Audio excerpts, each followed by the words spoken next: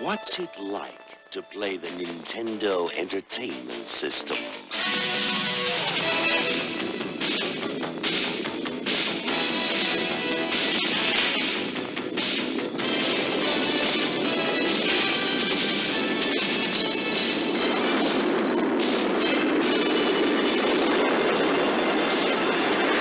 Nintendo Entertainment System.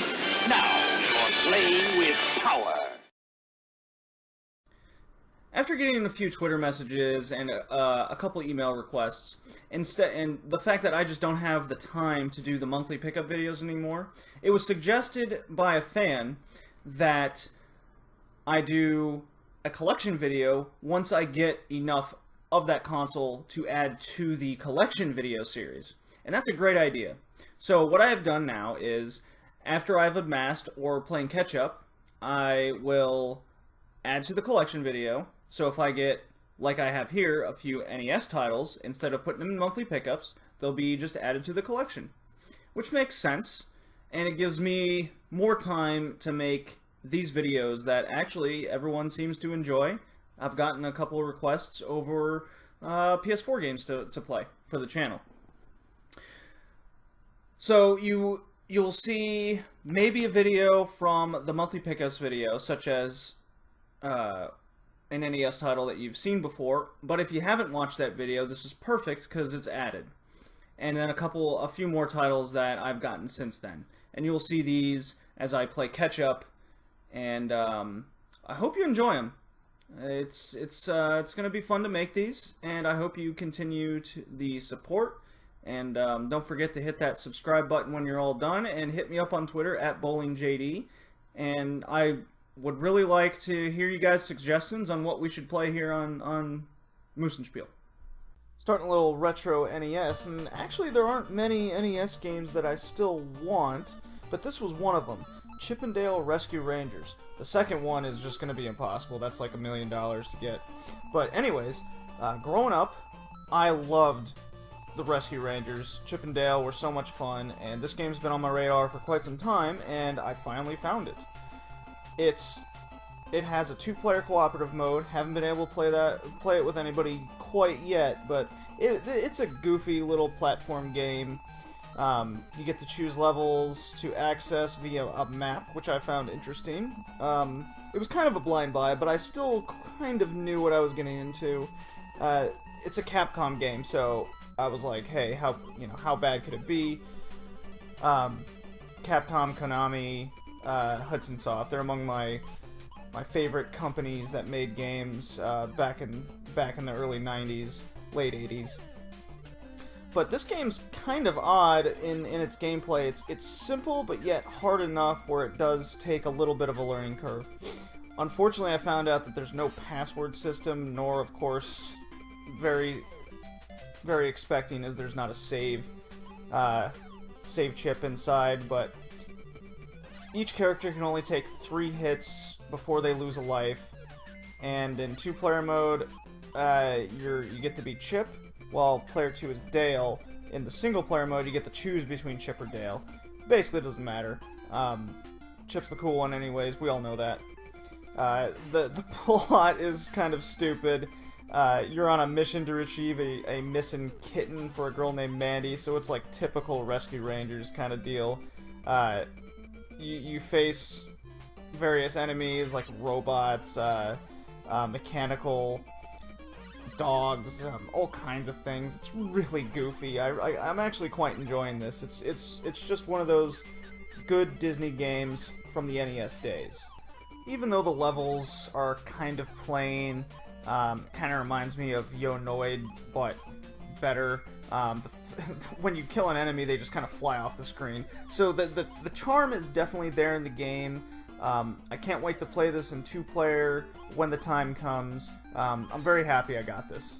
So continuing off is a light gun game by the name of Gumshoe, which a friend actually introduced me to, and I fell in love with the game. Of course, your daughter has been taken, and Mr. Stevenson here is a cop, and he has to get her back. What makes this game so interesting is the character continuously goes to the right, You have a limited number of shots with the light gun, but having Mr. Stevenson get the balloons adds to the shots. The game is hard as balls, because if you ever miss or hit open area, you lose bullets. Luckily, again, hitting Mr. Stevenson himself gets him to jump and you don't lose bullets. I love the game, but again, it is hard as balls. Just getting past the first level took so much time, I got tired of holding the gun up. If you have a light gun, I think Gumshoe is a must-have for the NES. So this game was actually recommended to me by PNG, who is another YouTuber and I hang out with every so often. This game's called Gogol 13. It is a game based off a manga and an anime from the 80s. And you're a assassin, and you're fighting the KGB, and the story boils down to you have to basically stop this evil empire, which was originally a resurrected Nazi regime, but due to Nintendo censorships, had to be changed. But a lot of the game maintains its original aspects. For example, this was one of the first games of the Nintendo era that got by a lot of the strict censorship policies. So there's a lot of sex, drug use, and graphic violence left in the game. It makes a very fun and different kind of game. Now, the gameplay is a bit odd. You basically just go left to right as Mr. Golgo here, and you're basically playing a story in NES graphics, as primitive as it sounds. You do eventually get a gun, you jump around like this monkey without gravity, and every other level is this wild sniper mode, and then once you're done with that, more story, and you always seem to meet a sexy girl that gives you more information on this organization you're supposed to stop. It's a really funny game at its heart, and it's a lot of fun. If you're an anime fan and you're an NES collector, this is definitely a good game for you. Plus, there's a sequel, which I'm looking forward to playing as well, eventually in time. So this game was also recommended by PNG. It's a Konami title called The Adventures of Bayou Billy. And it sounded so ridiculous when he was explaining it to me that I just had to get it. It's for a cheap price. Even the beginning has the digitized graphic sounds. Well, basically, it's another one where this time your girlfriend's stolen by this mob boss in New Orleans, and Bayou Billy, the vigilante person that he is, almost like Crocodile Dundee, fights to get her back for the inevitable final showdown.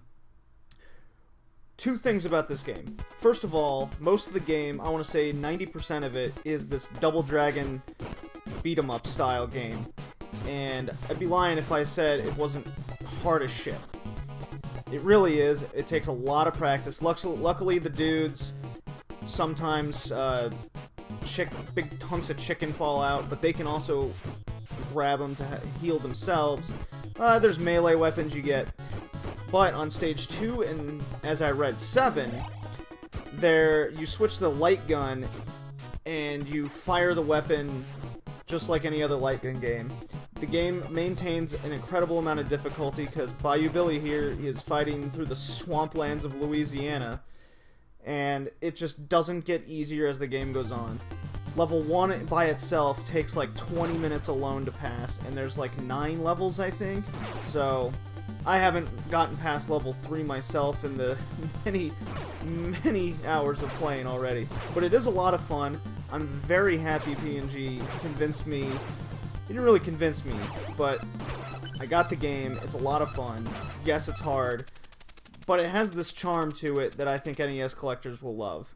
And yes, you will die a lot.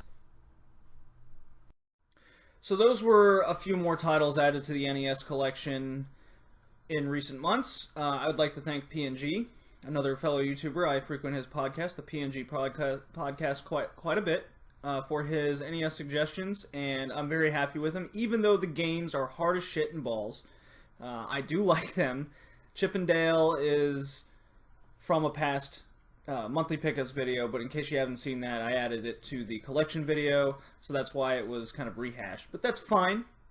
it is what a few people wanted, and it makes it easier on me, and it makes everything a lot more organized, so you don't have to backtrack between videos to see what's there. I hope you guys enjoy the next video, and enjoy some Moosen Spiel. I'm sure there's a series that you'll like in there somewhere.